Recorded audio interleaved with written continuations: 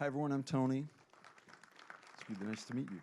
Welcome to Meet the Players. I think you've all been wondering what players actually look like. This is it. These are the players. Before we go any further, I'd like to mention and acknowledge that we're standing on the unceded territories of the Musqueam, Squamish, and Tsleil-Waututh First Nations, and that we're grateful to be here. Distribution. It's a really interesting thing because we're not here to distribute things, we're here to tell stories. And we spend a whole bunch of time and blood and oil getting a production made. And at the end of it, we're exhausted. And then there's this big joke out there because we used to know how to get rid of these things. We'd make them and we'd give them to someone and they put them in a theater and people would come and see them. And then a few months later, a VHS or a DVD would come out, and then a few months later, you'd see it on TV, and that was it. There's your film. It was easy. It was so simple. And then something happened, and it was just like the music industry, and we're going to get to that in a minute. But first, I'd like to introduce our panel. You're very lucky because you've got a great cross-section of what the new world is right here. To my left is Mr. Chad Miller from Gravitas Ventures. Beside him is Selena Paskalidis with Dotstudioz, Dylan Marchetti with Amplify, Jay Jolie with Cineku, Nick Soares with Distribber, and Christina Yugai with FilmBuff. What I'd like to do is maybe even just start backwards and come this way and let them describe what their different systems are, because what you're looking at is a street filled with great restaurants. All of them have a different type of food. All of them have a different kind of service and a different kind of decor.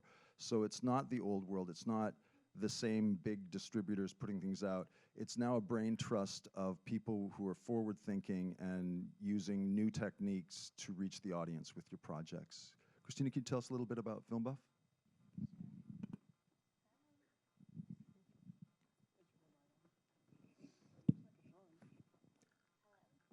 Can you hear me? There we go. Okay, great. FilmBuff, we're a full service distribution company. We were founded in 2007. We've done movies like Exit to the Gift Shop, Senna, Artifact. We do a lot of documentaries, but we do everything from theatrical to sales. I'm Nick Soares, and I represent Distribber. We are an aggregator to iTunes, Netflix, Hulu, all the major platforms, and we help democratize film distribution by allowing filmmakers to access these major platforms without taking any rights or revenue. So yeah. Hi, I'm Jay Jolly. I'm from Cineku, or what's going to be the Coup company. We're just about to do a name change. And basically, we created a studio model. It's very tip to tail, where we do in 90 days in terms of development what used to take 2 to 5 years, where we guarantee financing and a theatrical, or what we recently did, we just delivered our first pilot for television from a Vancouver troupe that could be the next Kids in the Hall. We've been doing this annually for the last 3 years. We produced our first movie was Wolf Cop, and we got 3 more features going into production this fall, winter, and we just signed our first LOI with the US, so we're looking to expand. What's up, everybody? My name is Dylan Marchetti. I represent a crew called Amplify. We spring from the ashes of my former company, Variance Films, and we've continued our DNA, which is we are a full-service distributor. We've done titles like Kamiko the Treasure Hunter, Tom at the Farm, Zero Theorem, God Help the Girl, but we're also a marketing company, and we work directly with filmmakers to market their theatrical, their digital, their home video. We're basically the Swiss Army knife of distributors, and we can kind of do everything or just certain parts of it. Hi, my name's Selena Paskalidis, and we have a platform called Dotstudio Pro that lets anybody in a matter of minutes monetize, distribute, and syndicate their content direct to consumer. We work with filmmakers, YouTubers, multi-channel networks, broadcasters, and distributors. Good morning. My name is Chad Miller. I'm here representing Gravitas Ventures, which was founded in 2006. Gravitas specializes in providing the cross-platform distribution for feature films in the cable, satellite, telco marketplaces, as well as all the iVOD internet places, iTunes, Amazon, Google, Vudu, Xbox, PlayStation, Hulu, etc. And we release somewhere north of 250 movies every year. So we do a lot. Looking forward to hearing your questions. Okay, now I want to turn around and ask you who you people are. Can you put your hands up if you are a film student at this time? And here's a student. Okay, this is good for us to know what's going. And now the people who are professional filmmakers who've made a project before and tried to get it out in the pipeline. Okay, fantastic. And how about people who are about to get their first project out and they're here for some information? Okay, good. That's great. I'm here to tell you that you're all completely screwed. Hey, can I ask one question? Is there any tech people here also, like entrepreneurs? Anybody that's got a startup or Yeah, good anything like question. that? They're still in bed. Yeah, they're all, it's Sensible folk. Saturday, they're all They went to asleep, man. sleep like 2 hours ago. Yeah, let's face it. You're willing to do anything. You'll give up your family, your life, your house, and your car to get your film made, and you probably will. And you'll probably have a little line in there for you for something, whether you're producing, directing, whatever you're doing in that. And by the end of your film, that'll be wiped out too. You're not going to have that either. And what you're really not going to have is a way to get that film to the marketplace anymore, because something happened a few years ago. Everything got screwed over, just like the music industry did a decade before it. And traditional ways of tactilely holding the film went out the window, and all of us suddenly became our own grandparents and didn't know what we were doing. And out of the ashes of that system sprang everyone here who couldn't stand the old way and are kind of leading the charge through the new gateway. One of those people is Jay, and something about his model that caught me right off the bat was a word that was used that was disruptive. And maybe you can tell me something about what that means, Jay, because that's kind of what it takes now for things to get done. Yeah, well, yeah. So disruptive is it's an accurate word, but it's also it's almost a cliche now. When it comes to anything that involves technology, where you're leveraging technology or analytics to change an existing business model, like Uber, Airbnb, all of them are considered very disruptive agitators, things that kind of, they're shock to the system because they happen immediately. They represent exponential change in a way that creates cognitive dissonance in most people. They just can't believe it happened overnight. So when we set out to do our model, when I looked at the world out there, and the thing is now we have a bunch of things going on. So you look at the makeup of the landscape. Technology's been democratized. Everyone in here has access to 4K cameras and nonlinear editing. In fact, your computer comes preloaded with it. That was never possible before. You have the ability to disintermediate, to get around the middlemen. There's a lot of technologies and aggregators and stuff that actually cut out like what used to be like sales and traditional distribution. You have the ability to aggregate an audience through, if you can leverage technology. And if you use platforms correctly, you actually get data back on them that can really inform who your fans are, who your super fans are, and who your whales are. You also have the ability to use those analytics to moneyball what used to be called P&A, or prints and advertising. So you can really target your film to where it needs to be. More and more there's platforms like Tug's just one of them, where you can actually self-distribute to really niche audiences. And I think the one positive thing you should take away is niches everything in today's world. And understand your audience, and and understand who you are. If I was to say anything to any of you, there's about, what is there in this theater? There's probably in this lower floor, and this is going to scare the shit out of you, but you should know this, because this is a reality you got to change, is 99% of you will fail. And it's a really shitty thing to say, but you're actually no different than a startup entrepreneur, because 99% of them fail too. So you've got to be smarter, you got to work harder, and the thing is you've got to change that reality. But the great thing is there's lots of tools, and there's going to be lots of information here today to do that. I didn't quite answer your question, but from that, I think is the message I want to give. I was kind of hoping he'd go off that way anyways. No, that's really important.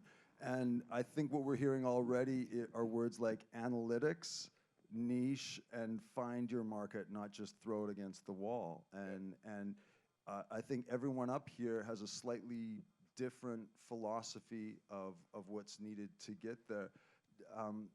Chad, maybe you can tell us a little bit about how it works with Gravitas and what you're looking for to launch a product. or a project and what it takes for a project to get out there from the creator. Sure, yeah. I want to parrot a little bit off of that. From my perspective, there's very different gradients of failing. And we get a lot of films submitted to Gravitas. It's an open door policy. You got a film, I'm interested in hearing about it, because it might be that film that's about to ride some sort of wave in the cultural zeitgeist. And if it is, I want to be there to hear about it and get that film into the pipeline.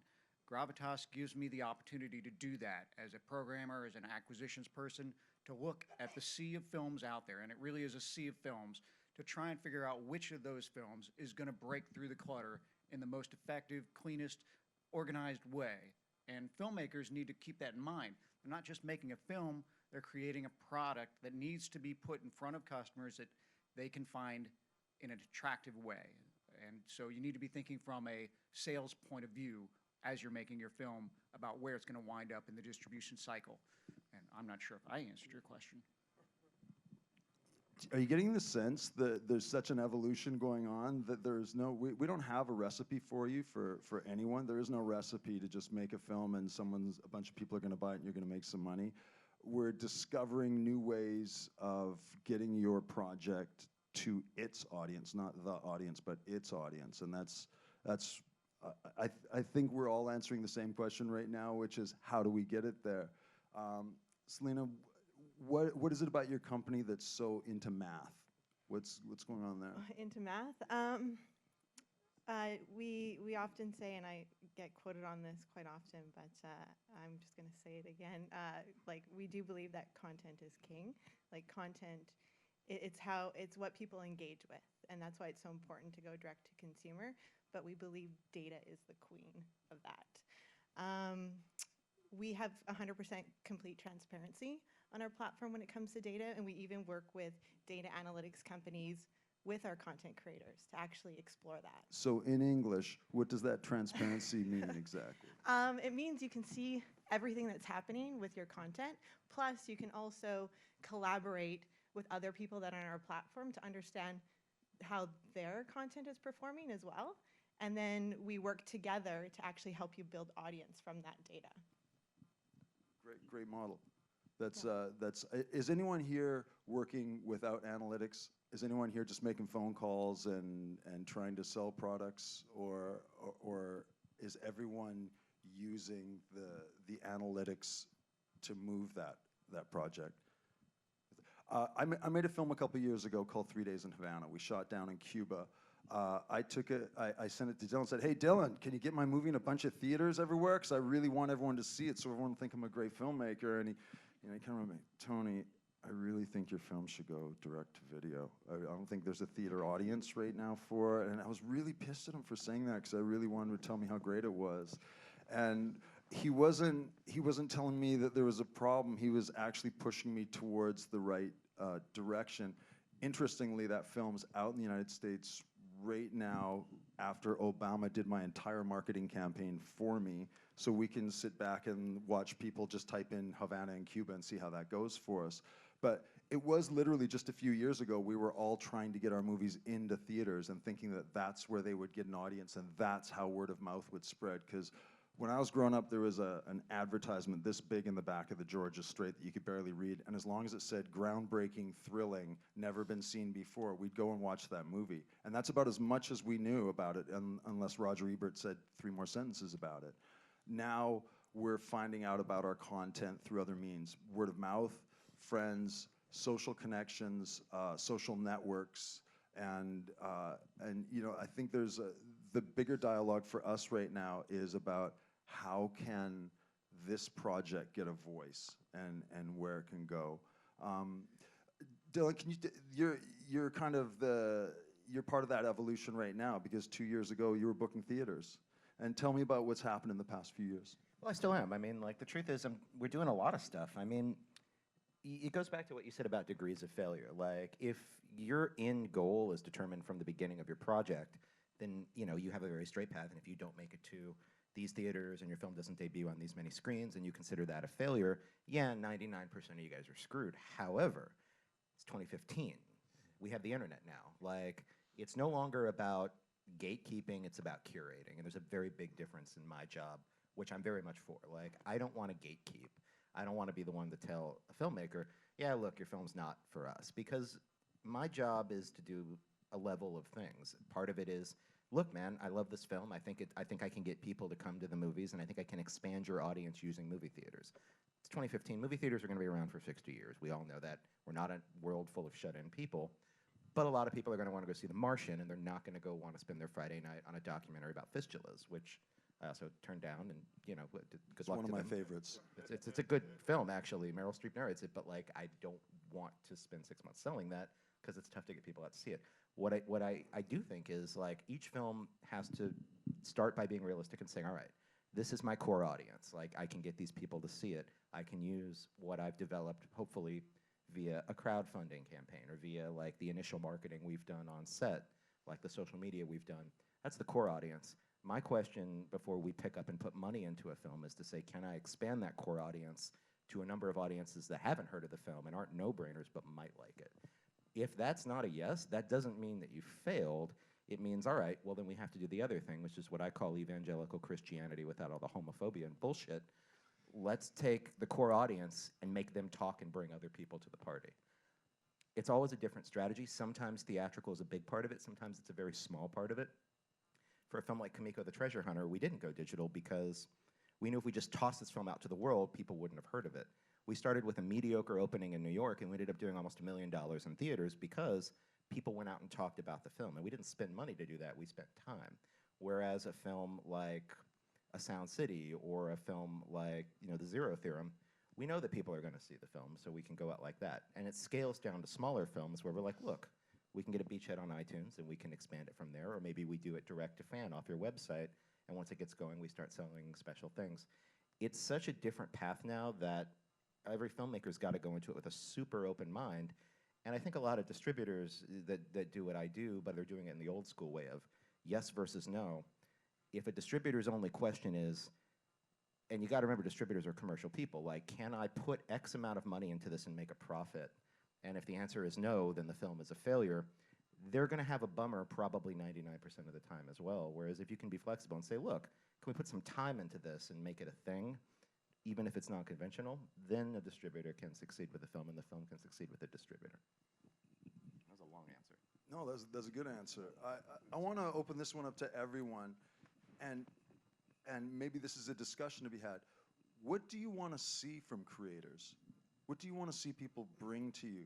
Is it a pitch? Is it an actual project completed, delivered, and you figure out what to do with it? Or what's the dialogue you have with the creators? I don't want to ever take a film away from someone and come back 6 months later with a check. I mean, that's the worst fucking scenario. I'm sorry for the profanity in advance, Canada. It's very early. What he meant to say was darn, so we don't have that word up here. Oh, sorry. Yeah, Yeah, I'm from New York. We use it a lot, like, for breakfast. No one's ever going to know your film as well as you do. So if you're partnered with someone who doesn't want your input, A, that person's an idiot, and B, you maybe shouldn't partner with them. Like, I can spend 6 hours watching your film 20 times quickly. I can make my team watch it a bunch of times. Never going to know it like you do. Your voice is essential to the process. So I like when filmmakers come to me with some ideas, and I can take those ideas and say, okay, well, we know how to do these things. This is new. Let's try this together. Let's put these ideas into this. What about our ideas? And it's a group thing. That's what. Actually, I'd add to that, or I agree with that. Like, that's exactly what we will not take a film if the filmmaker isn't 100% involved and isn't actually creating ancillary content or on social media or hasn't actually built their audience through the film festival circuit or doesn't even understand how YouTube works. We need them to be there 100% of the time with the content that we take on our platform. And we have metrics to prove that that actually works. So are you hearing that out there right now? All you people who aren't complete social maniacs, it's part of your job now. In the same way, I used to make a lot of music videos, and I'd have singers who were big rock stars, and you put a camera on them, and all of a sudden, they're not doing it very well, because they're not actually actors, they're musicians. And filmmakers aren't necessarily marketing geniuses, they're storytellers.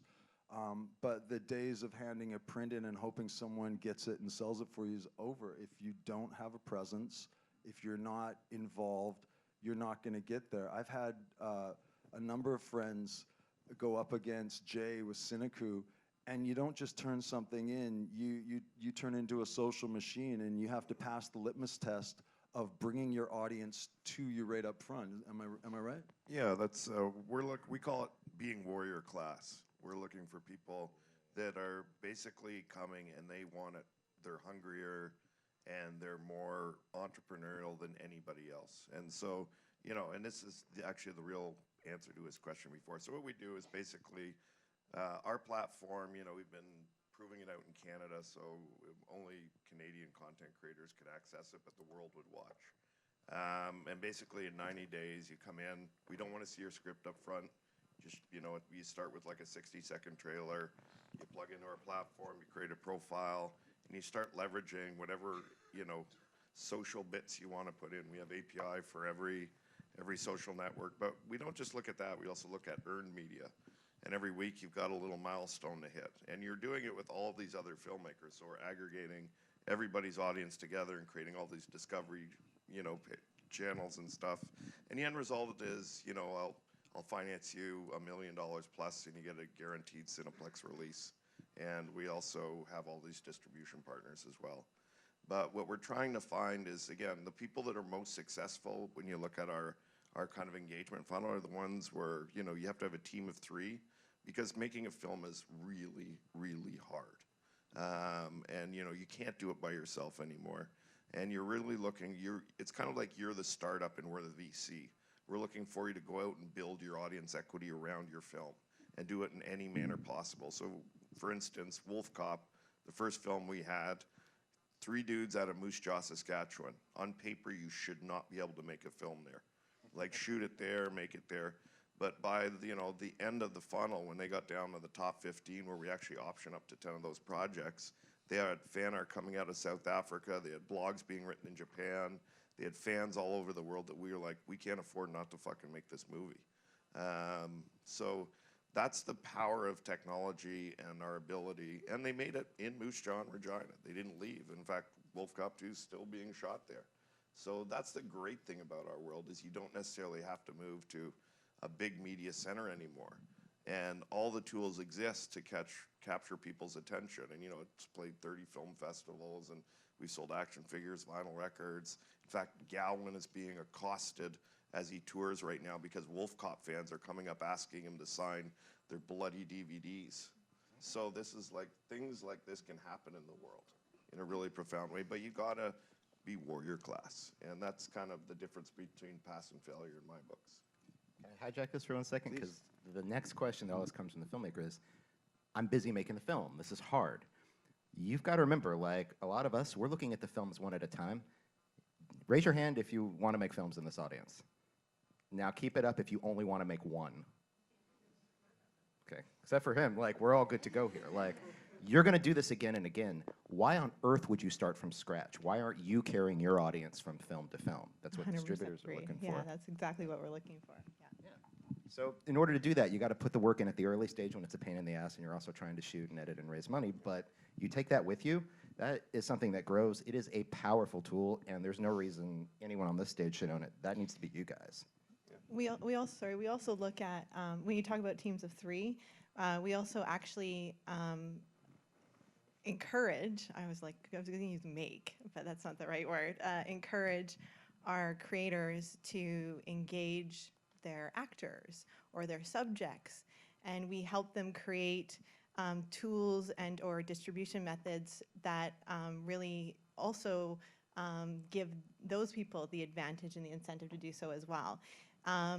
You know, we've even had discussions where because we were even looking at different types of models for funding content, where even the actors, that's part of their contract to actually get involved with social media and stuff like that. Like, you need to use your whole team to actually help you move your product forward.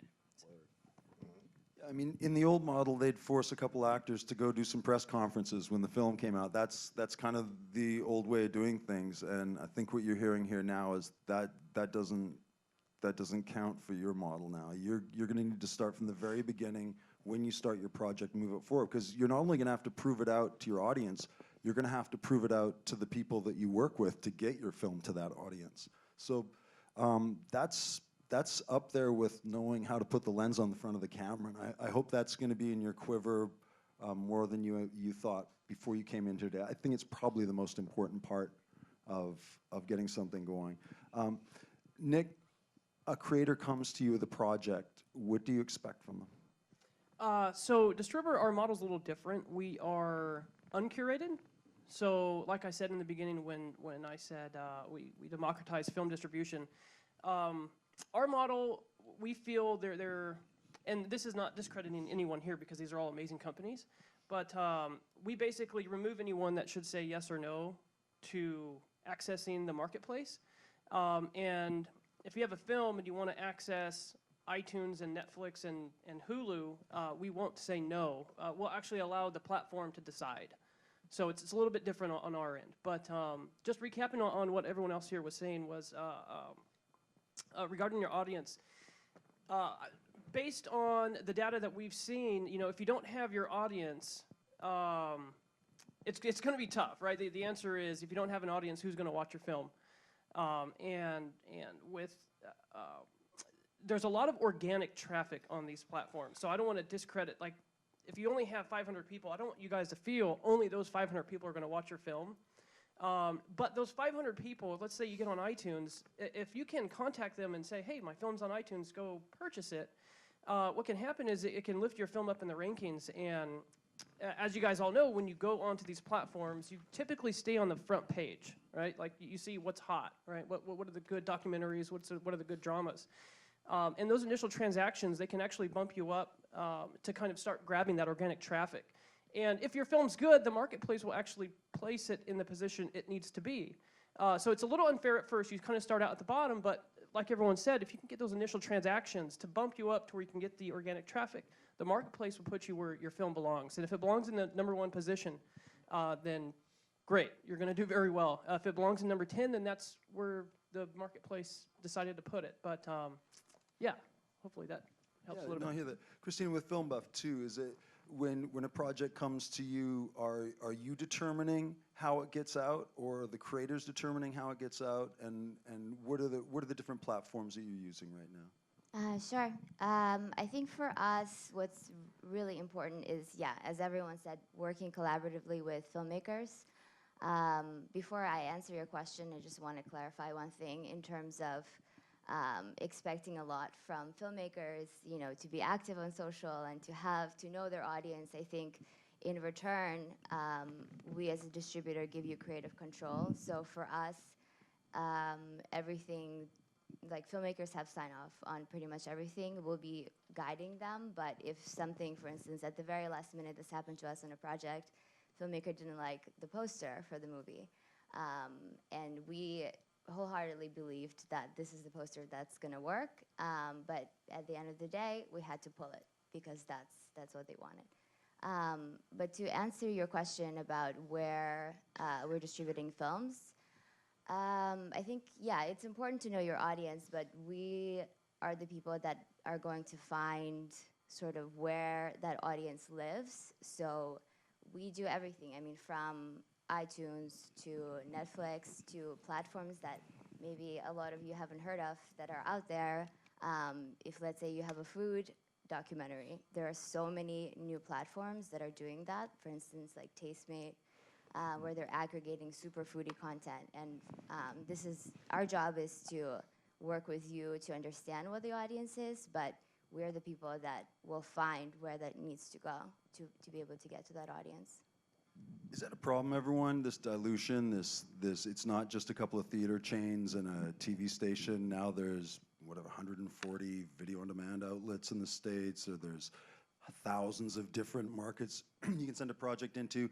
How does a film not become invisible in that huge sea? What do you do to stop a film from just disappearing because of all that? Marketing. Oh yeah, stay tuned at 10 o'clock for marketing. Yeah, the only differentiator in the world today is amazing IP that really stands out, talent, and your ability to market that. One of the things all you guys got to. There used to be a time where, as a filmmaker, you could just be white letters on a black screen, and you could live a life like that. Like you say, there's a You know, if you go back to the frothy days of DVD and Blockbuster, and before that, basically you would go to the AFM, you would say, I would like to buy 20 pounds of movies today. And they'd say, I have 20 pounds of movies to sell. And that, yes, and you could do that. But now, like, I really want to impress upon you guys, like the idea of niche and really, again, turning yourself into a brand. And that's actually what our platform does. Everybody thinks it's, oh, they're all packaging their movie, they're doing this. It's like, no, if you see most of the milestones people are hitting, it's actually getting them used to giving great interview. Like one of the missions we give them is go out and get on your local radio. Go out and get something in your local paper. So it's not just about digital. Like earned media is actually really still quite powerful if you know how to use it. But at the end of the day, audience equity is everything. Yes, content is king, but the audience is God. Like, that's the way it is. And it's like, there's an old saying, why do bank robbers rob banks? Because that's where the money is. You know where the money is? The audience has the money. And that's the thing is like, always respect your audience and respect who that end fanatic is gonna be that kind of gives your film and your IP a big hug. And not only does that, but evangelizes it to all of their friends. Because that's kind of like this gang or tribal mentality that exists around IP. And so I really encourage you guys, again, you know, if you can find that audience, if you can work with them, like, you know, if you look at PewDiePie, the biggest guy on YouTube, like, you know what? He loves his audience. And he always, you know, that's most of his job, 99% of his job, and 90% of making a film is actually marketing. 10% of it's actually making the bloody thing. And I think that's when I want to manage your expectation. If you want to make a film, yeah, 90% of it is marketing. I'd like to chime in here, just a little observation that you're hearing a lot about how you need to be intrinsically closely involved with your own product and helping a lot creating the identity for it. That's not all where it ends. I, at Gravitas, help those films find a way to break through the clutter. That's my job. When I'm having these monthly calls with Dish, DirecTV, Verizon Fios, AT&T, In Demand, iTunes, Amazon, Google, Vudu, Xbox, PlayStation, I have monthly calls with all these places, and I'm talking them through what we're releasing. And I'm trying to find the one title that each of those platforms is going to have an extra interest in. And so to some degree, I'm helping to try and manufacture some success for a title that might not otherwise have it. And you need to think about the marketplace. It's not just all metrics, because iTunes is a heavily curated platform, and you can't buy placement there. Basically, you need to have a film that the iTunes team wants, and getting them to want it is a sales tactic unto itself. And that's the same thing with all these other cable satellite telco systems, where their menu structures really narrow down what customers are likely to have an instant interaction with. You turn on your TV and your screen will tell you about a certain number of titles right off the bat. I'm trying to get our films to be one of those certain number of titles. And to some degree, that's a lot of salesmanship. That's a lot of leaning on relationships to say, this is the one you want. Some of it's marketing. Sometimes we can throw money at the problem and try and get a position that didn't exist simply because we didn't ask. So, I would also like to add to what Chad is saying. Yeah, a lot of what my job is to be sort of that editorial voice when I talk to platforms.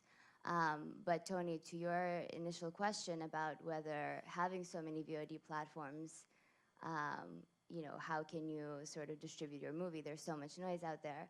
I think that having so many VOD platforms that are niche is actually freedom, where you no longer really necessarily need to be only on iTunes and Netflix and theaters, which is what a lot of filmmakers aspire, where they want their films to be. But I think all of that is great, but it depends on your movie. If you have a smaller movie that's, let's say, a documentary about the environment, there are so many platforms that are out there where you can reach your audience. And so I really think that, I guess to what we were saying earlier in terms of failure and degrees of failure, I don't think it's failure at all. I think it's how you frame your expectations. And I think now this new world with so many VOD platforms really allows you to you know, to get your film out there in a different way. I have to say, I mean, the trick with some of these VOD platforms as well, to your point, which I agree with, is you also have to remember some of these, I've seen the checks that come back, some of these are going to return $5.94 for the quarter. Marketing doesn't necessarily equal spending money, because throwing money at the problem, which admittedly we've all, I mean, I know everybody here, we've all done it, like it doesn't usually work. The film has to be the film, and so I'm going to sort of break with tradition and tell you why you shouldn't work with me. I believe the one thing everyone overlooks in the social revolution is the Friday night problem, which is before you gave me a shitty movie or a movie that was like, hey, you know what? This is a really smart, quiet, foreign thriller. What I'm going to do is take all the foreign language out of the trailer. I'm going to make it look like a horror movie. I'm going to make it look like this guy is the movie star, even though he's got a cameo. And I'm going to plaster this trailer everywhere. And people you would stream out for like a week and a half before word got out that this movie was terrible. You'd hold the critics' reviews back. That used to work for 2 weeks. That shit now works for like 8 hours because Twitter goes live and everyone's like, this is the worst movie I've ever seen, they lied. So when you're coming up with your audiences, it's no longer about faking the big one. It's about finding the right ones. So the reason I'll turn down a lot of films is I'm like, every film in this room has an audience. That audience could range from your friends and family because say the film went bad, or it might just be something that's going to explode and blow up. You know, we sometimes like to invest in filmmakers. Like we did Damien Chazelle's first film. He went on to do Whiplash. His first film was his thesis film, which is a $30,000 black and white jazz tap dance musical, which, as you can imagine, is a tough sell once you get out of New York and LA. But it's about like, you know what, this film has an audience. I think it may find it in theaters, but I think really it's going to find it 2 or 3 years from now. And you know, the thing still comes up on iTunes. It's just about finding out. It's like, why do I need to put your film in 20 theaters, 100 theaters, all the platforms, when maybe your film, in order to pass the Friday night test so I don't have to fake the marketing materials, goes a little bit smaller, goes to certain key platforms, is a little bit curated, not by me, but by the audience who's looking for something in a certain place. I just think we have to open our minds to the fact that the social media revolution, which is, you know, taken place and is now on wave 3, has changed the way that people consume, has changed the way that people find things, and we got to give the people what they want because they're not going to settle for anything else. Oh, I was just going to add one thing to that. 70% of the purchases that are made on our platform is outside of North America. If you aren't thinking about a global audience, then there's also an issue there as well. And I just wanted to kind of add to that. I'm with it. She's right. You know, I think it's probably a good time to open this up to the audience. I hope you have some questions and some queries for a great panel up here. Yes, sir.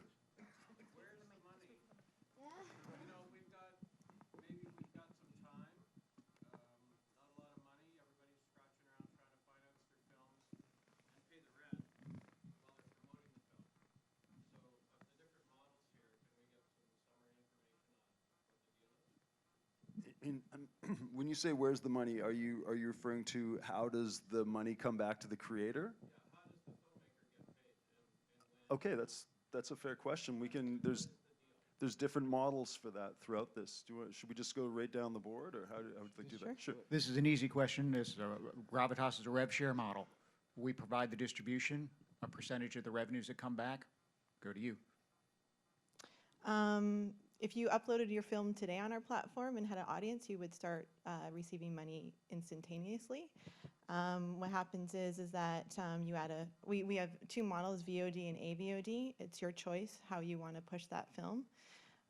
You select one option and you start pushing it out to your family, your friends, your social media network, and then we have an audience MBA program which you're automatically logged into, and you join our creator community, and we start aggregating audience there with you. We pay out quarterly.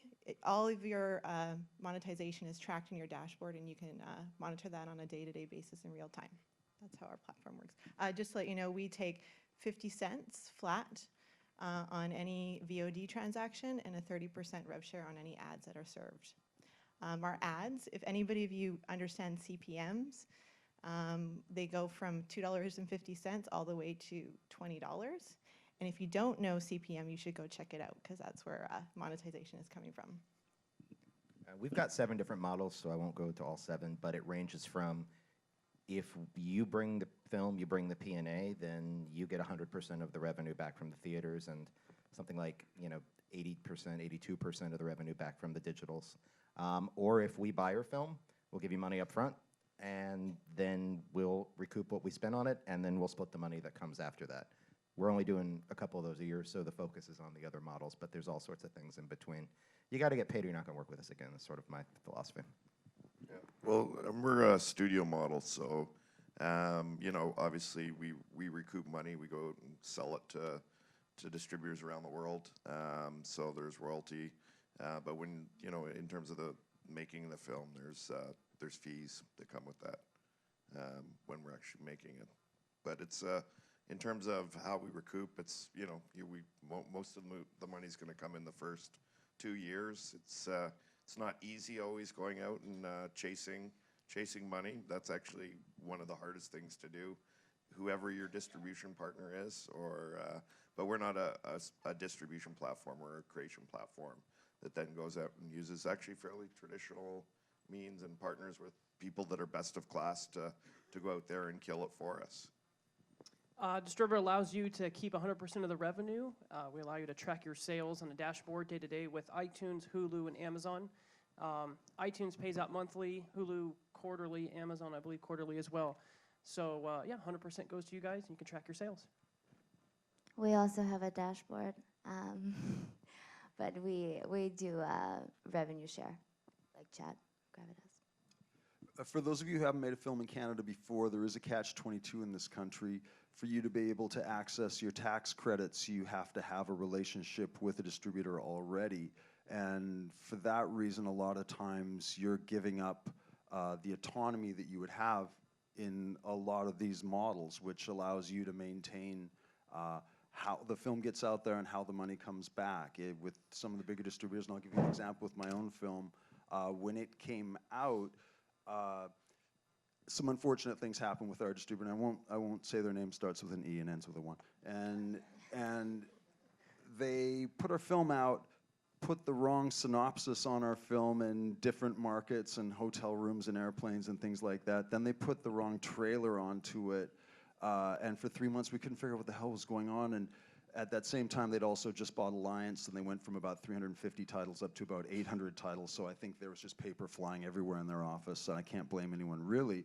But at the end of the day, I also got a big marketing bill for all the work they'd done screwing all those things up. And there's really no negotiation there. That's just the way it is. So we're still tracking a traditional model based on kind of a bureaucratic need up here. And what you're seeing happening is an ability now to get past that and to actually take control of where your film goes. And it's based on you. Questions? Anyone?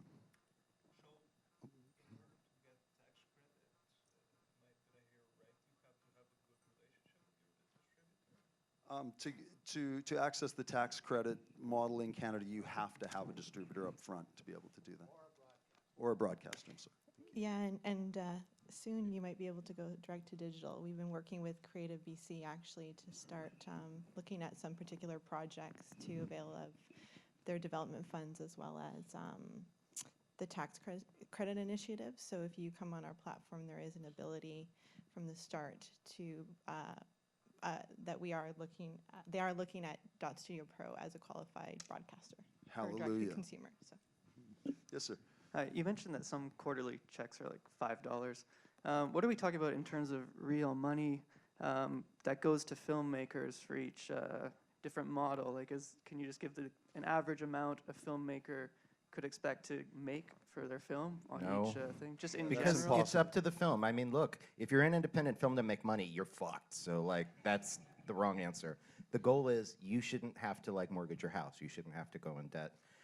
It's not an industry where you're going to get rich quick. So I've seen films return $2,000 to $3,000 off a full release, and I've seen films return millions off a full release. It depends on the film. It depends on how the critics and the audience receive it. Maybe your lead actor is suddenly in a hot new series, and your film from 3 years ago is being rented like crazy now. So there's so many indicators. That I hope there's no way to guess what's going to happen unless you plan well, like these models have suggested. Yes. Can you speak a little bit towards short form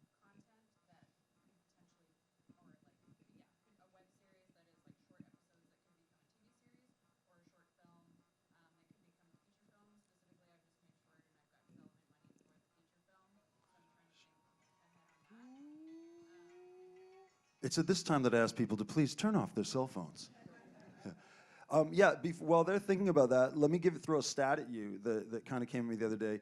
The Sundance Festival did some metrics last year and really kind of went through it to try and figure out what independent film was, and they came up with a statement saying that independent film is the 8th studio. $3 billion went into independent films last year, and at Sundance, 12,000 feature films were submitted.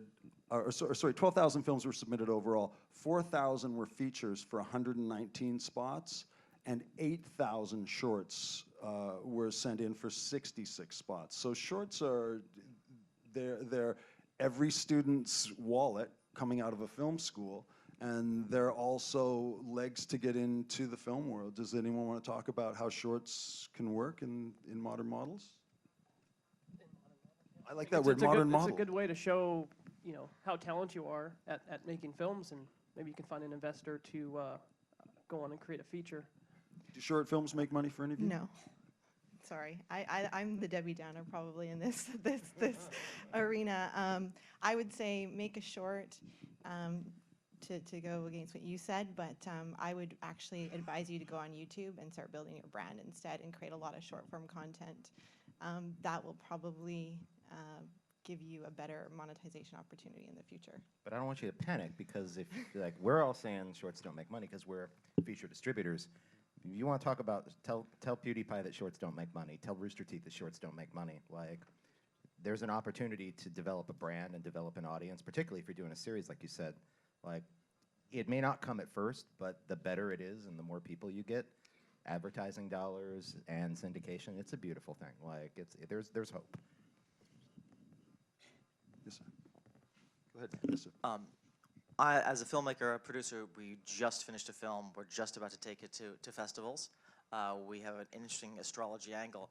What I'm trying to put my head around here, even within this panel, is on one hand, it seems like distributors almost like, here's our platform, it's an API, it's a rev share, go with God and do your best. And on the other hand, we have Dylan, who seems like came from a traditional foreign sales background of actually picking films and figuring out how to bring them to the world, moving into the modern phase. And people are different levels of engagement with the filmmaker versus just utilizing the technology as a platform.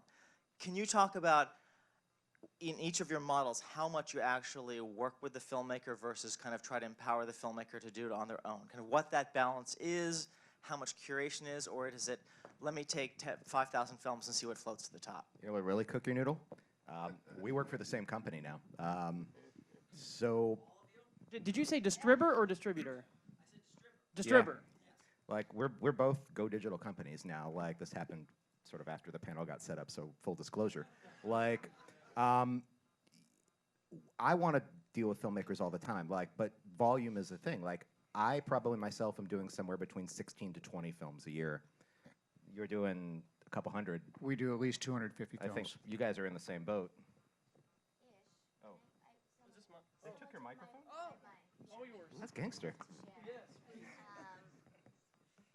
Yeah, I mean, we do a few films a month, I guess, but I'll be on the phone with you every week.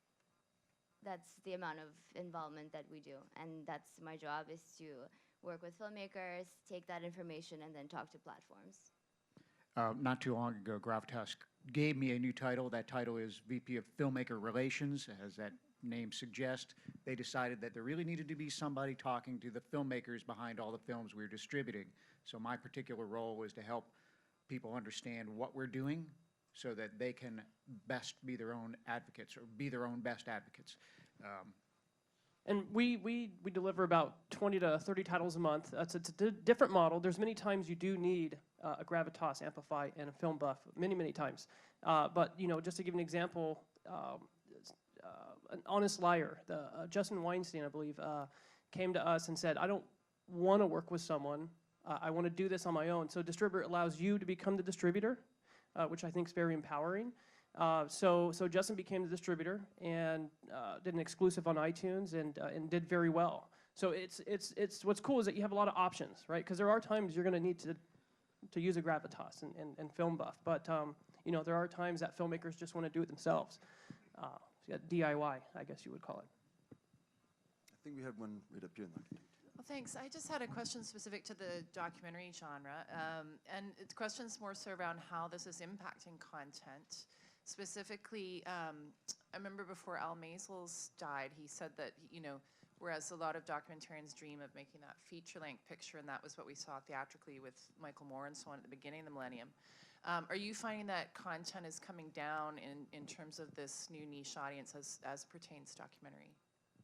Like Al Maisels was sort of saying he thought the new sweet spot was in the 20 to 30 minute range. Is that realistic as per market metrics?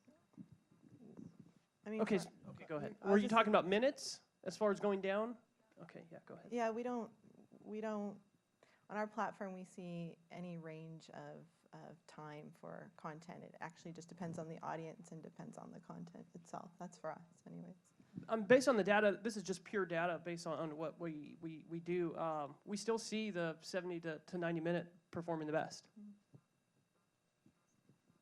Chad, do you have any six? I know that you're doc-centric.